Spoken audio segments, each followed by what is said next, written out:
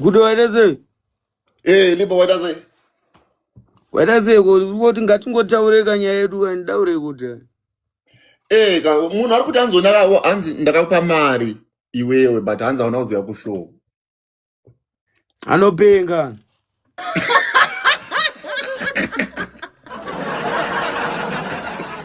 Amana, munhu anonzi naye Anana, wanga uripo musi wacho, anonzi ani fesi yayo? Pane fesi ari kuya almost every day. Ari kuya panapa. Ndikushamisika senhasi asipo panapa. Ari kuti hanzi Libo ndakamupa mari half down yeshow. But akazondibloka pa WhatsApp. Hanzi ndiri kundoti gudongota kuti mufesi andidzosere mari yangu. Ngamiswe ngauye tinzwe nyaya yake anopenga. Haasi kubatika namufesi wacho ndinoshaya DJ Tonic DJ. Hanzi Tonic ndizvo. Handatoziva kuti hanzi ndine machatsi uchimuzarawo. Hanzi nditone machatsi achindiudza mushonga hanzi apa akati mingandiudza kuti hanzi wakatoita video drop yenhingirikeni. Wakatoita video endorsement yeshow iyoyo. Ameno Anana uchi kurememba nyaya. Zvodaripo. Saka gani munyatsoronga ka maybe ngatsangana kana pana pamangwana waiziya. Munyatsotaura koya utasewo. Koya utasewo. Ndopi? Uyu ari pakona ngavise fesi yake vane nyaya yake. Anana hanzi une nyaya yako. Libo. Auya uyu mufesi wacho.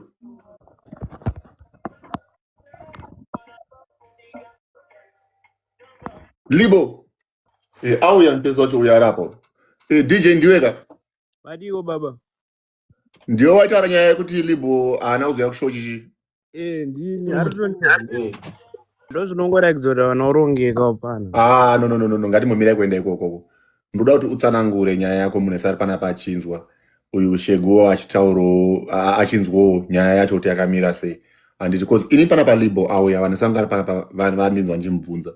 Handiti kuti ndamena munyorera kuinbox but angasati apindura.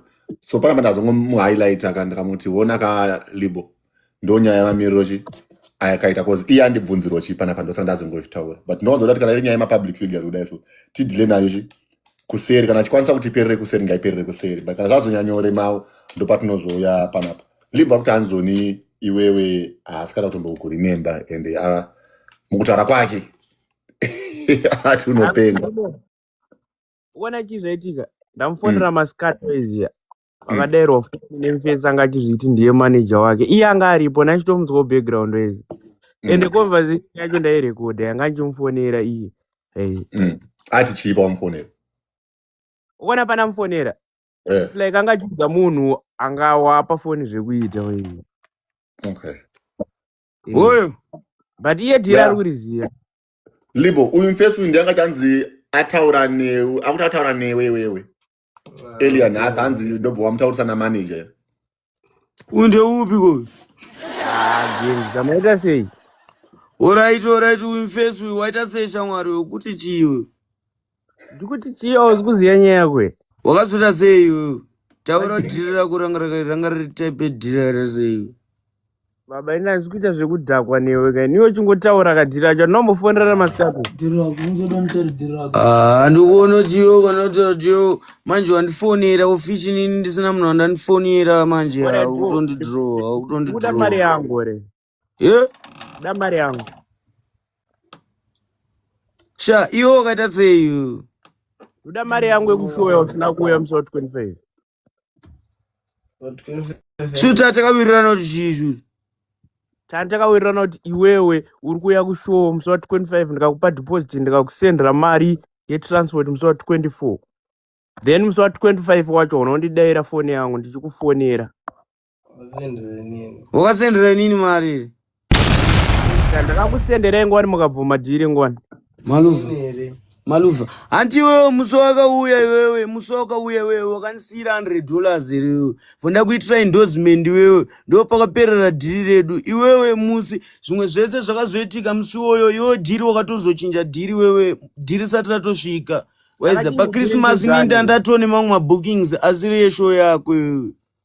Iyo hapana maconversation iyo handine zvese sha wanzwa hapana anaunyepa kwanomboita iyo ufungidzira kuti ndingaregedze ndakakusendereiko keshi ngwaniwo saka ndisungise ndikatokufonera ndikakufonera mari yaipera ukatoti bo urebo ini kana ne mari yako ndisungise ure wangu ufungwa ndinganakirwa nokupa $100 here wangu ufandipa $100 vazoita seyo kandakakupa $100 kuti uzoimba kadhena aona kuuya ndikakusendera mari yetransport wakasenda mari yefiwe ure gangs amzedonge munopenga mani iyo mfani yo problem ndiyo munoita zvinhu zvenyu makadhakwa iwe dhiri rako rarine vanhongani iwe dhiri rako renga rine vanhongani iwe iwe wakatora vanhongani iwe ureti poko uyo iwe poko uyo koko uyo wakauya nani iwe pandakauya nevanhu iwe handakukudedza tiri moto poko uyo iwe wakauya nani iwe pandakakupa mari ndakakupa pananhu wakawanda here shai pandakakupa mari ndakakupa tiri vangana tasina kugara tiri 2 moto here wakauya nani wewe antimi makatosvika kwanga ndiri here nini iwe unofunga kuti iwe pane paunoziva kwanga ndiri kwakauya iwe wakauya nani iwe akakudayira pafoni pangu iwe akakutora iwewe akauya neni akauya newe kwanga ndiri wewe ndiani iwe iwe mufesi wako waiti manager wako iwe wanzwa aitodani mamuri mese then iwe wanzwa wakazobaya ukona gudo vanhu ava vakaita dhiri ravo vauya kwandiri waiziva vawandipolisha ne$100 vanhu ava waiziva handina kuzombobvira ndataura navo dhiri ravo vaipedza nemunhu wakataura naye ini dhiri roro handatozoriita kozi handatozopiwa mari yangu waiziva pandaita mamwe mashow ndombura kubvunza pamusoro ati mambotaura chedza ndichibvunzawo kuti tione kuti tingaipeta sei iwewe libo $100 pawakaipiwa waiti imari yechiima iyoto uona kuti chiyere vanhu ava zvavakaita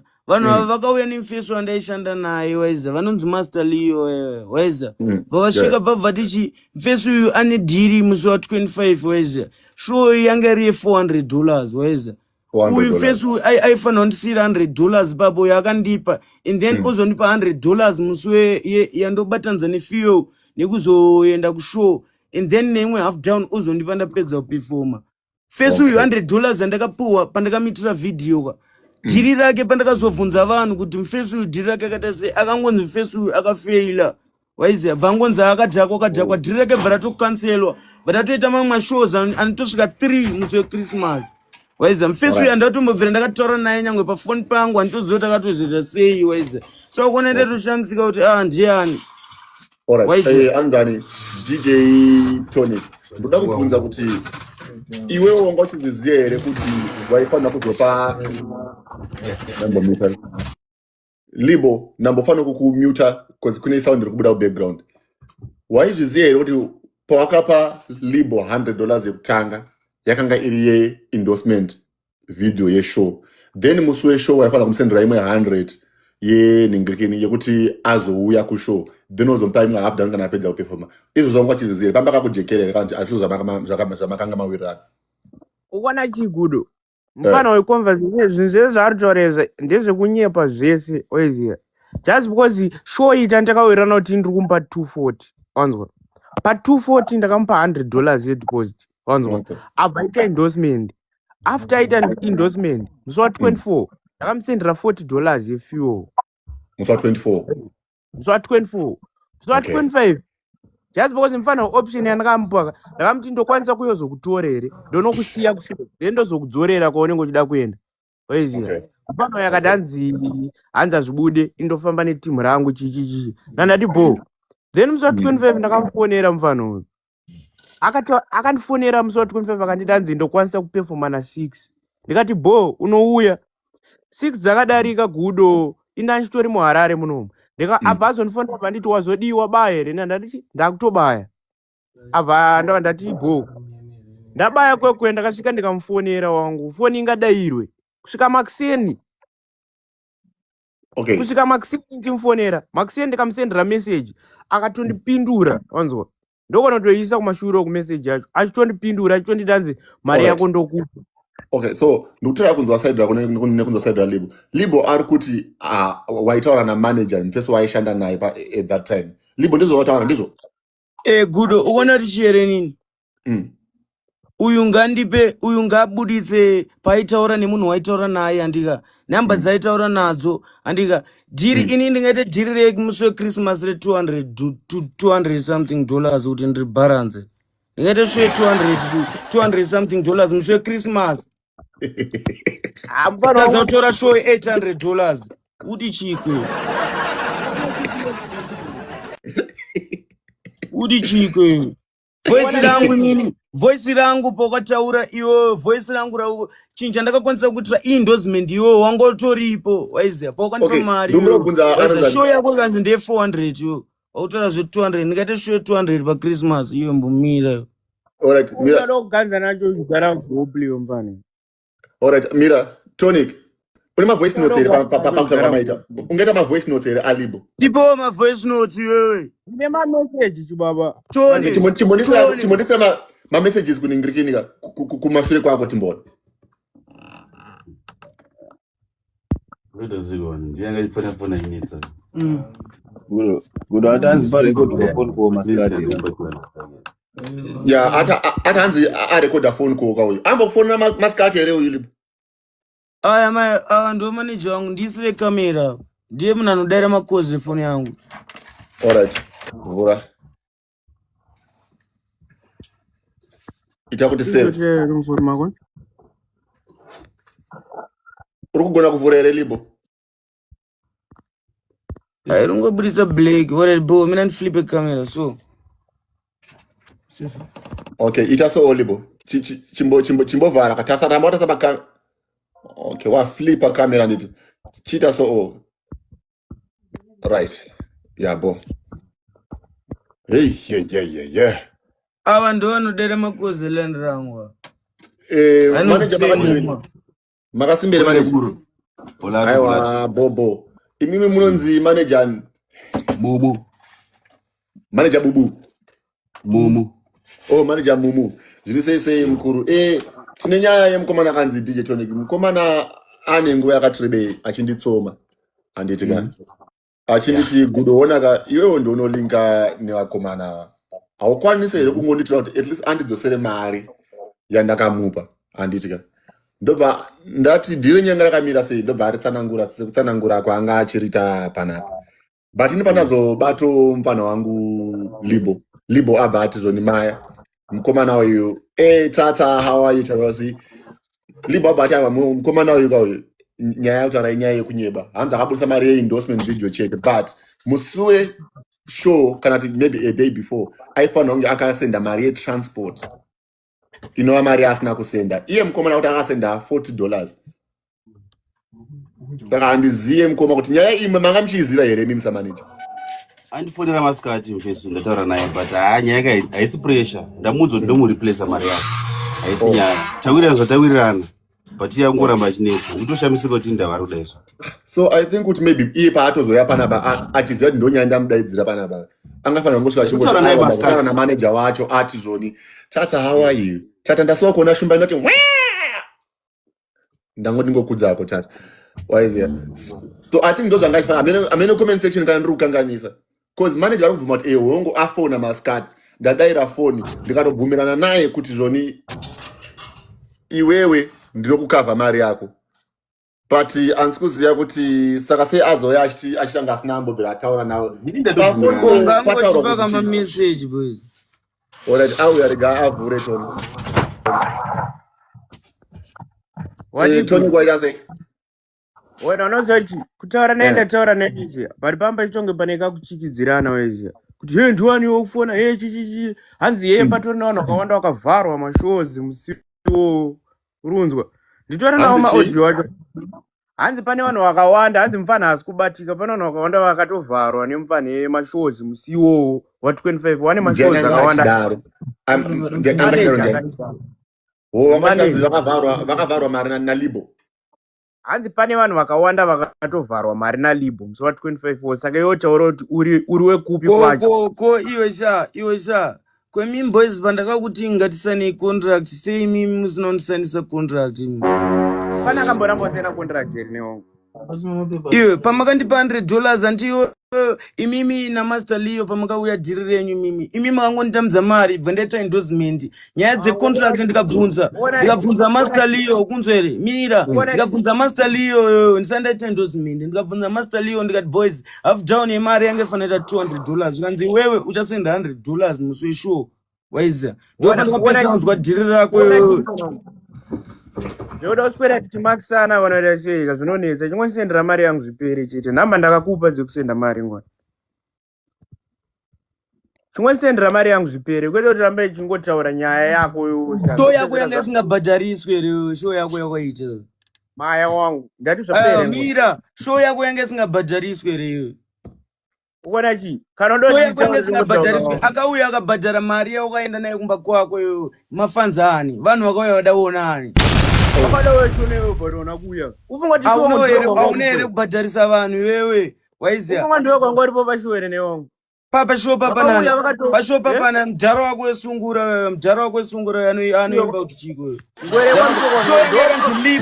show yanga ikanzi libo supporting by what madhara ako wakaisa iwewe waiziya ungosina kundiisa nini ngwere kwamutoko unoiona ngwere kwamutoko ipi aunomona paposta ngwere kwamutoko saka nini ngwere kwamutoko ndiani kwanonzi ngwere kwamutoko taura kuti ngwere kwamutoko untaura zvangwere kwamutoko problem ndeyo mune makadhakwa boys mwantaura zvangwere kwamutoko wakamboona piyo unofunga kuti ungandibhuke ne$200 pachristmas ayo shaukoa ungatadze kuuya vanhu vekuti hauna kuuya here mbomira mufana iwe enda kupolisi chiko chaunoimba chinotambudzira enda kupolisi enda kupolisi gudo hari kandiyandikuita mwangu izvi zvinyaya zvapfana zvinyaya chamutara hafu gudo uyu mfana chamutara hafu gudo kana chida anonitsvaga uyu mfana kana chida nezvangu anonitsvaga apata kutofadza vanhu nezvinhu zvina basa ndezvako shamwari uyu mfana ndichamuitira vhidhiyo gudo basa noinbox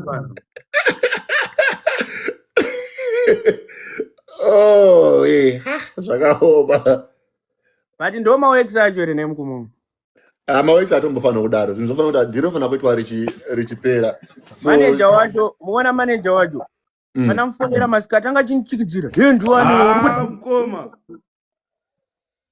young Fantani wasvika Fantani baba mukoma mukoma aiwa ndiri kukunzwisisa dhira ndasingafanira kuperera rakadaro so I think wanzwa tese tanzwa matauriro anga achita libo panapa tanzwa matauriro anga uchiita from now on I think kuti nyaya iyi kai inenge yakutongosarira maoko mako ndochaziva zvekuita from now handiwanzwa matauriro aita inokushanda nemashoko aataura nemashoko aunenge wataura bari muona chi tisikatoita zvinhu zvekumakisana maizive zvekuti tizoonesana bhora makwana unzanzi handiti kuziva kuti paukaya panapa ndakaita kuti mufana wangu ngatizame kuti nyaya iperere kumashure kwisati yauya panapa kana nyaya ichigadzika ani mazuva anoda kubvuma dhiri ndakampa mari ataura zveshowa kuti zveshowa akatumidzira mari but manager wacho ari kuti ataura newe masikati mukawirana kuti achakupa mari but ndamufonera kumafoko anditi ndimufonera anaombodaira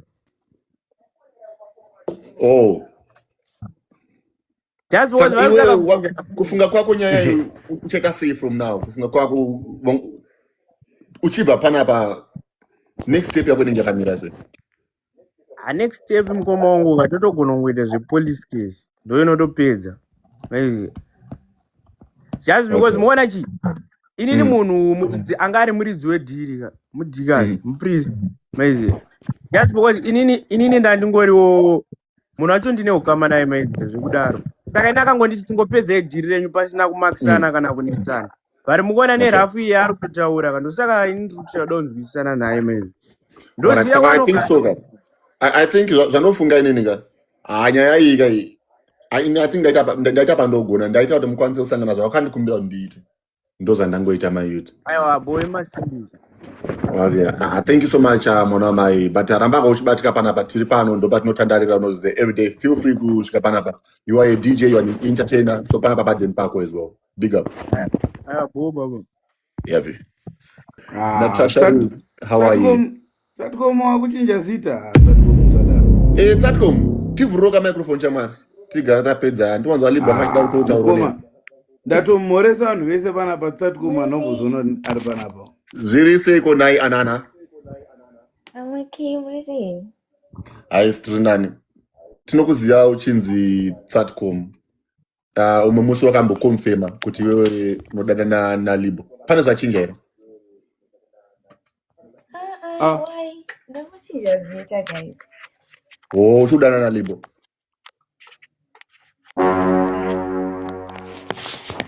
Kutoda kutongobvunza isu takatokugamuchira ka tikatoti baby raLibo. Why is that? Tichikuona uchofamba nebrand rababa ukati Satcom.com. Saka toda kunyatsoziva kuti so that toziva kuti kana muri available ka vanouya havo voya. Ndiripo Msachi, ndiripo Msachi. Uripo Uripo papi manje? Uripo papi? Apa uri papi? Muri papi chaipo imi? Halo. Chataza kurora zange.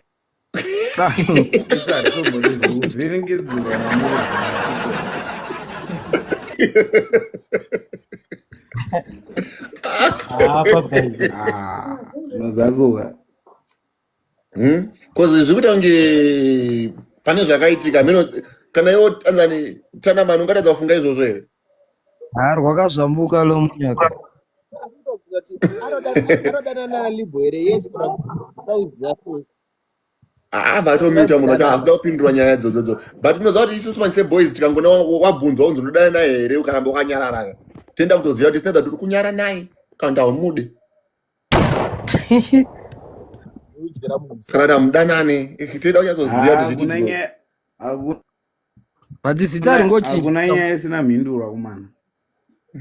Zita ringochi. Big up LeBron. Madi mkoma. Mhinduro itongori pakuti zita rakachinjwa. Mkoma. Ndakubudza chokwadi mkoma. Vanhu pavanouya kumainbox uko vanotoudzwa kunzi rudo rwedu haruende papublic. Imimi moda kubvunza munhu pana vanhu 158. But wangu isu takatomubvunza akabvuma 1. Vatsiurwa.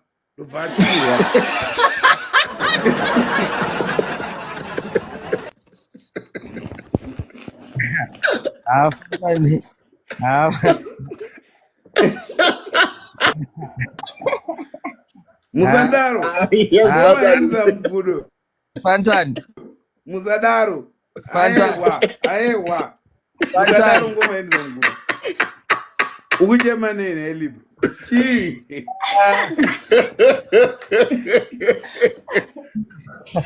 Vatsiurwa. Amana. My relationship ataitombotsangana nawa. Anuzona ana. Inini ndikuda kutaura my relationship taitombotsangana nawa. Munhu anotoudzwa yo usataure. Ndezvedu 32. Eish. Karamsaga ino. Ngoma yendiza mugudo manje munotange makadzidza kuchikoro chekubvunza. Munonyatsoneneredza munhu asvika panyaya yake. Mwana akazotaura manje. Muzona. Apa fantasia nyaya apa. But andizive kuti sei vanhu vachi 157 people. Imika munorambisa munhu mimi. Ana mute totaura kuti kudii. But wona akafanana. Isusu munhu ka. Ndafanira kuti ndikaziva inini. Makabvunza munhu ka 1. Mumubvunza ka 2 makaona akaramba akanyarara. Vauya nefesi chama. Ati kurose itiende pane imwe nyaya.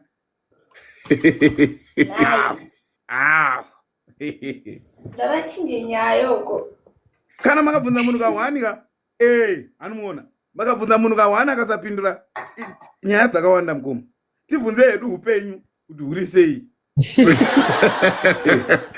Anobvunza upenyu ndima Jeremiah komana sorry zvenyu. Upenyu.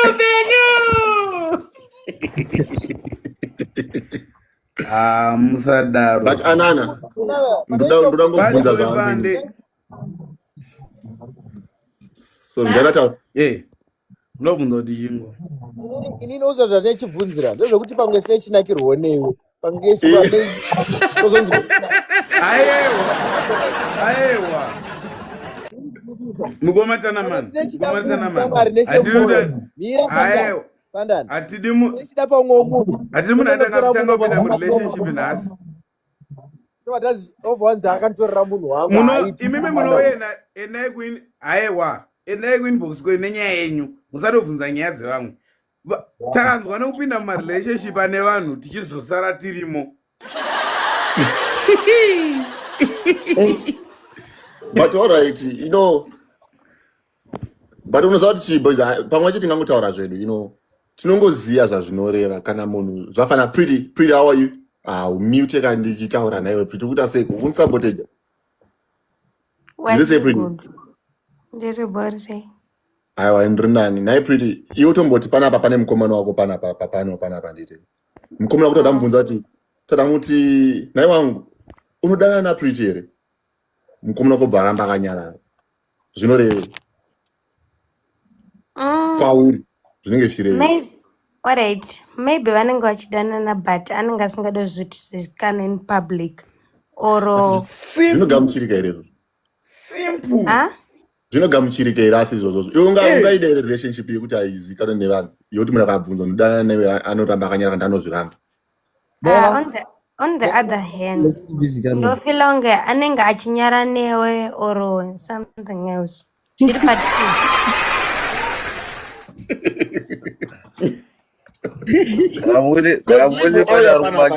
Ataura kati uyo musikana ari pakona ari kuti chi ane nyaya yake. Mukoma gudo inzwai timoterereni. Alright. Iwe pretty andika paunenge uchiudzwa kunzi iwewe relationship yedu usaudze vanhu uchizvibvuma unenge uchitiwo zvichazvina nekupi. Inini handitobvume kunzi ndisatoudze vanhu. Hazvitoiti. Vanhu ngavatoudzwe kunzi ayewa. Vakawanda vari kutobvuma. Status chaiyo vanhu vaizive kana DP. Unogona kungopostwa iswa kahati keblack katema wakapostwa pastatus bebe. Mutaura. Kahati kana reva kuti ubuntu. Kana kutoiswa kecream soda. Unoiswa kecream soda.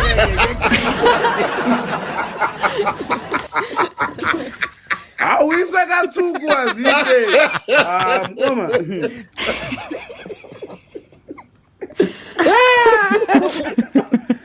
Boda kahati kecream soda murukazi here. Unoiswa kecream soda. Aiwa hati kecream soda signore.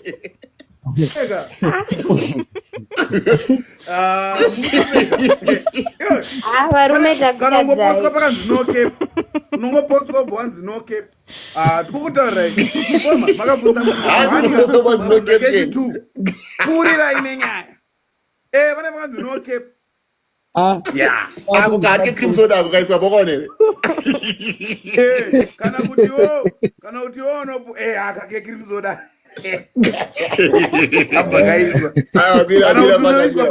Munhu wese ngamboisa hati cream soda mucomment section. Fanta mira. Munhu wese ngamboisa hati cream soda mucomment section guys.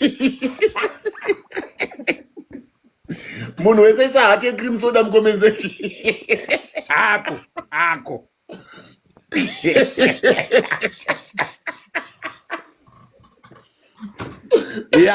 Imagine picture rako riri pamusoro. Ndiri kutaura ende kana munhu akandiposa kana hati cream soda kukunisa. Fanta wa DP sapa. Fanta wa DP Ndikutaurira man. Ndiye zvinhu zvenyu ngati. Aiwa hati cream soda aiwa boys. Iyo. Green. Apa mativhura maziso apa Fanta. Iyo hati green. But Fanta. Fantani Oh, mama kavharika. Mama kavharika. ndakatombokaisirwa kakati Anana. Tichitoti Ationa anana. sebebi inako ndege karuva kakachiri kubuda. Mira, anana watichi. Dati ipapo unenge uchitofungidzira kuti kagreen ako ndege karuva kachiri kubuda. Izo i-cream soda. Cream soda.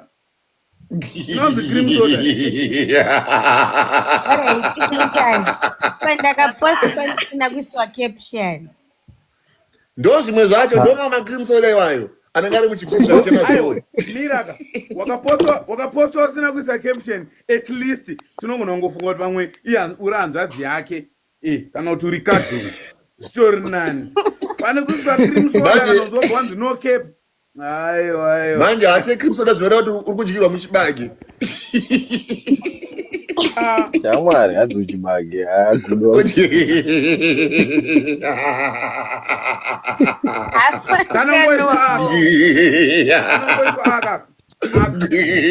kandaisa mucomment section aka naye mkomakudo kanoreve aka kapi kandaisa mucomment section akareve chino akafanirani kana tuma love you kufesa ndo twacho katwa ndikutaura tikotiko kanongoiswa kari 1 wakapostwa iwewe but kari nani at least kana tumoyo twetu twered aiwa cream soda ita cream soda kana mweka imwike drink here inokuda kutairo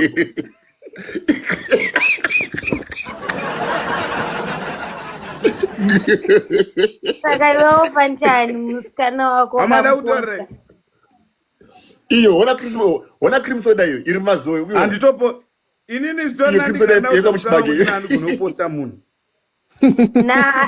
it's either kunyara naye munhu wako sei usingamuposti iye anenge achimbokupostawo haukau isiyeko ora mina ndimbokuudzai guys dambokuudzai guys mina ndimbokuudzai nyaya iripo pakupostana paipai haisi nyaya yekuti handine chinyara nemunhu wani waiziva ini ndesinga oright pamwe pachitai chiavoita kuzobvunzwa kunzi wondo zvamakuita ko ndiani wako ochi waiziva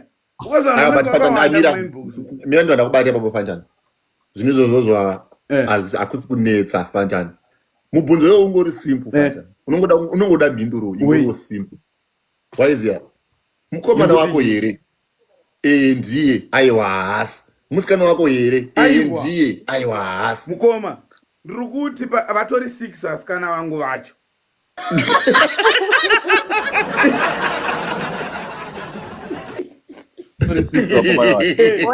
vasikana vangu vacho handinawo 6 ndoposta 1 ndourayiwa mukoma zvakatogooma haisi nyaya yekuti ndikunyara nemunhu wangu but vakawanda mukoma because mumwe achabvunza kuti ndo maiguru mumwe achati ndo mainini mumwe achasaka indiro chingani dm yazara kudai so zviri nani tigare tataurirana kuti bhebi onaka ukona inini ndiri public figure waiziva handidi kuti vanhu vazive bhebi rangu ndotya kuzotorerwa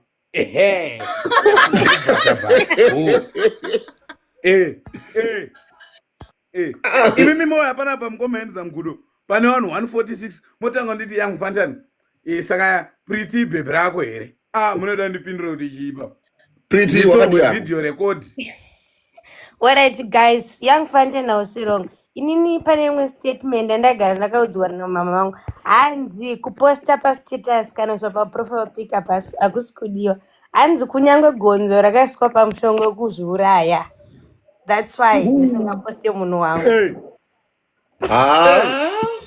serious good serious mina ndikuudze something omana ndida ndikuudze kuti kana muchida kunakirwa nerudo boys kana muchida kunakirwa nerudo handiti inzira ndorova kukuudzai love like you've never been hurt before ida munhu ndosoramborwadziswa ida munhu usingasuspect kuti ko chakati ko chikazoitika pinda murudo usina chekutya waiziya pinda murudo enjoy relationship usapinde uchingotya kuti ko zvikazodai ko zvikazodai izvo zvamurutaura izvo zvinoitwa nemunhu anopinda murudo nemunhu wani saka yangu nevangani wewe. Aina Bad boy Pande, wadi. Oh. Akutoramba. Zvakana zvonetsa izvi. Zvakana zvone izvi ndakarambwa naFuro izvi. Ndakambvisa paprofile picture. Ndakamubvisa paprofile picture. Lamuatarai. Mastatement epamastatus nepamaDP. Siyana nazvo zvaumana. Mumwe munhu anotogadzirisa kakatuni kebhedhi rake kuti aone ukaposta because kuti aposte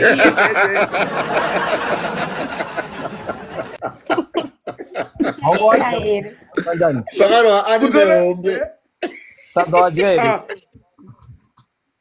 But you hombe. Fatana ukupamba akuba plan panapa. Ukuba notes manje. Hapo kuna bebela kwa asiyetu post bebela. Gatsakari kakatuni kuti iye ngati zati ndiye. What is here? Kana kuti mukumbire kapicture kake ari mudiki.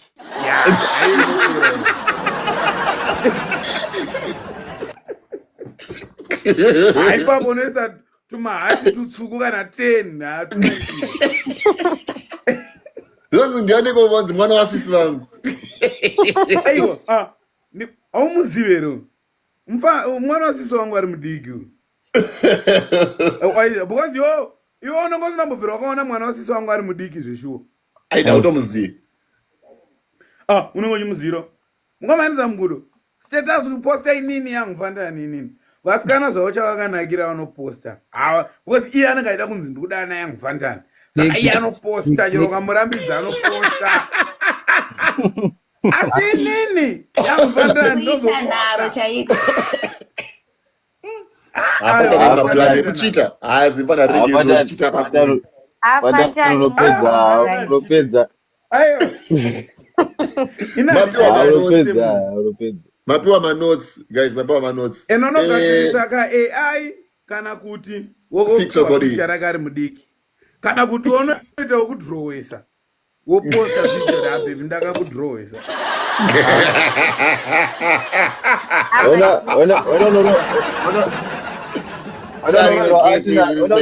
Atina najimbiri. Ngoma, imimi ngoma miremone pavhale apa ngoma. Zvinizvo zviri padhuze. Pavhale tichagwara nekuona tumaruva netuzvigunwe. Tichagwara munhu wacho chatenga ruva. Azvite. Pipiro. Otumakumbo. Munatenga ruva muone apo. Tunzondora. Ika-steering. Waizia? Kana ka iPhone. Ndeyake randahisi. Ka iPhone kakasoma pachapisa. Nivasikana vanenge mama songs anenge thank you to my man, thank you to my man. Asimena umuoni. Ankona hiyo. Anditenge mavhale, I don't believe Valentine. Anana. Shegwa kambo software. Iya matanga. Kutongogunzwa. Aiwa mkoma msadada. Big up Ndio warambidzwa gudo zvawabvita. Warambidzwa na punchline zvawabvita. Chomi yangu. Mkoma gudo mtakutaurira musabvunze pajekere. Lingesabi chomi yangu bro. Bo. Tozitambira. Kuti ngadi. One Pande, Bad Boy Pande, one kaya movement. Cha, zvinondoita seko ndikwidze Bad Boy Pande mabox acho ari kungoramba achingotengwa nezvanhu. What I eat good mukwidze, it's fine. Unombodzikisa iwe. Kwe udanda usina kuonesa face yako kuti ndese. Aiwa kodoka mineva. Manero kuti chipo saoti kusere. Nangatara. Alright, pomira. Inini ndakura. Good night. Muise pahomba apa tinyazoona. Morning. Iwewe. Ayo type ya fantani mwana iwewe. Mbakune mari kayo. Fantani wakaonera. Mkoma. Ani mwana naitara sasa. Tema box ndo mazira upona yangu. Mkoma. Ndazira mbona ndi pretend yani. Mkoma muda kudzisanganisa pa live pana. Inyaya yanaka kai. Inyaya yata kana usina kunzwa. Hanzi iwo ndonsikana wali kupiti. autizeka autizeka Mukoma kudoka. ko autizeka Ndaro mukoma balife pana. ko iwe dzoka Pantani ndewe bururu. Inina anombobvira taura kuti pane musikana walibo. aiwa ko pretty dzoka ka saka mese muri kudyana libo Mukoma. Aiwa. Aiwa libo. zvatonyorwa mucomment section zvanzi uyu ndiye walibo uyu Nani? Pane zvonyorwa mucomment section zvanzi uyu ndiye walibo uyu Inini anombotaura kuti pane musikana. uyu akaonye bhanzi ndapa ko ipi yaungudzwa kuti koyo Mukoma kudo. anavhura microphone Ndikilirewo ipapo. Ndati inini anombotaura. iri bofanta hausiri wazvitaura it's okay hausiri wazvitaura but ndiri kukumbira hangu kuti ana uvhure inonzi mike ana Ndavhura. be honest with me nyaya yangu achiziva here haundinyebero Ndachita zvokuudzwa.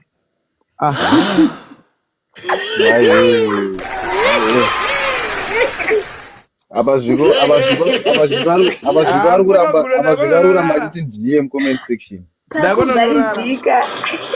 Ndakononorara. aiwa hapana ari kutiza Pantana uendeka. hauende Kwa inini nderezei. Inini ndakona kwadoka. Koma kwako kwadoka. hapana ari kutiza mucomment section mira fantani Good night. for the last time mucomment section ndiri kumburoka mahate cream soda ndipo mahate cream soda mucomment section mahate cream soda mwana wese hati cream soda mwana wese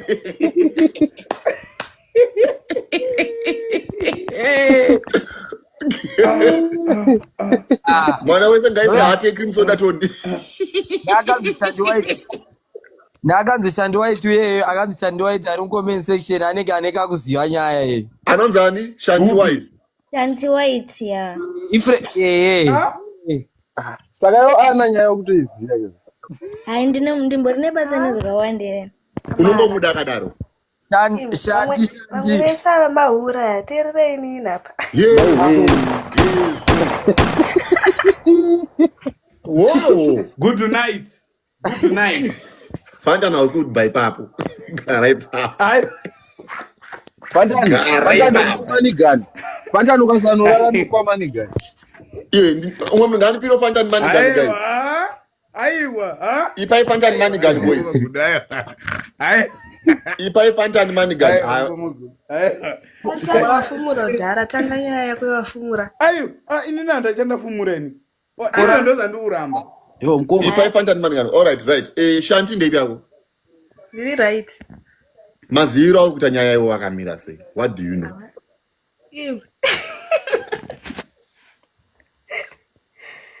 Aiwa, chimero chinombonaka mana handisi kuziya. Aiwa, chimero chacho chinoda kutendwa.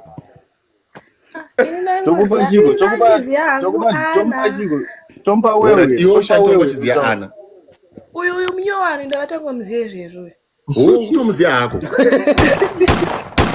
Abari mucomment section. Akomana hapana mbinga dziviri dzitatu era mai mumbonditiro manigani kuna Fanta ni manigani kuna Shanti. Timboona kuti nyaya inendo kwanisa hwane zvangu handizokwanisisa mira inini munhu andikuziva kuti ane .com resa apa kapa Fanta ndafunza ndiwatiza ko anaenda kupi Ndiripo. alright ndisiroka anza chido how are you uripo here chido shasha yangu ndisirewo kaningirikini guys manigani pana Fanta napa timbonzwa Fanta ingombai mari yesadza chete kana muda kunzwa zvese ipai Fanta mari yesadza ipai Fanta mari yesadza nditererei Mana ininika ine mkoma indiza mgudu nambokudza ipana. Pretty yadzoka. Yes, Pretty.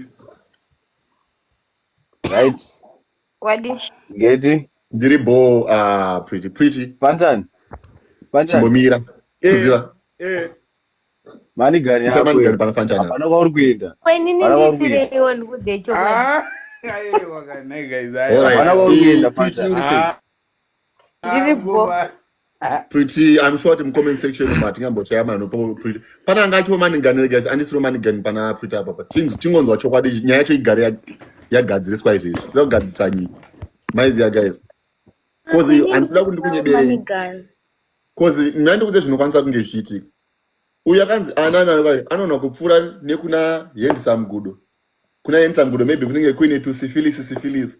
Obva ndanatwa kuna King Libo manjika obva noti kuna Pretty. Kudai so matoro wane ningirikini. Yanzi ye purple.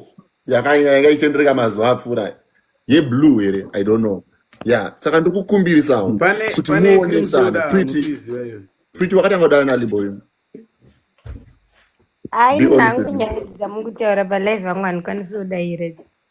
Dai machinjawo nyaya. But pane vadaira manje vanodanzi iwewe ndomusikana waLibo wavanoziva. Ina handisi kuziva wangu kusaidi kwavo kuti Iwe kuti haudi Libo herewo. Uri kuti haudi Libo herewo.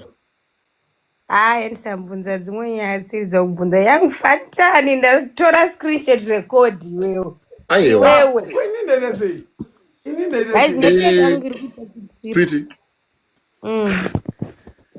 Akanzi anonomziya. Akanzi anano. Uri mumwe wangu yo Pretty yo. Wakuda undidaro pavanhu. Pamsore chimbonyarara indipedze kubvunza. Pretty. Akanzi anonomziya. No, ndongono mavideo. Inzweyo comment section. Hanzi ne comment section. Libo ane mwa anonzi Lash.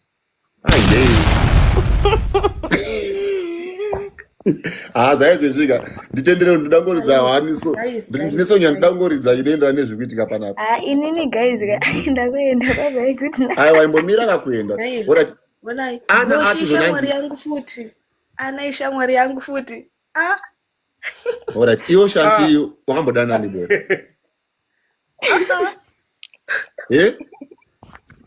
Aiwa. Wasura mudana Libo uneshuwa? Isusu tiri mafanzi ekutsatcom. Ana ataura kati inini Pretty ndaingomunzwa kuti kune munhu anonzi Pretty arikudanana naKing Libo. But Pretty athinga ngakatopinda muzondo kuti akatobvuma kuti aiwa ina kundodyirwa musaga saka ari kuramba kuzvitaura tiri panapa. Whatever vamaisa. Saka Pretty yo ndiwo poiswa ka hot cake cream soda. All right. But ana waiposwa wakamboposwa rani. Inini ndakanzi akamboposa inonzi chi inini ndakanzi zvonizvo ina andiposte munhu wangu opichi inini handitodewo futi. Aiwa, but ukati hautodewo ka ana unenge uchitinyepera because iwo zita rako for the longest time waitonzi Tsatcom. Because waitozama nepaunogona kuti zvizikanwa. Saka haukwanise kutiudza kuti zvoni haudi kupostwa iwo inyaya yekunyeba iwo. Ndakatopiwa naiye. Zvandinotaura chaizvo kuti dai wanga usingadi kuzikanwa wairamba zita iroro. Kwebata. Ngoma Handsome Gudo pano. Pana apapa. Yakuza zvakawanda. Ini ndakunorara. Chinhu ndikuziya hangu zvaizvezvika. Chinhu ndiri kuziya zvaizvezvi boys ka ndeichi ndo chandiri kunyatsoziva manje ichi. Flambo.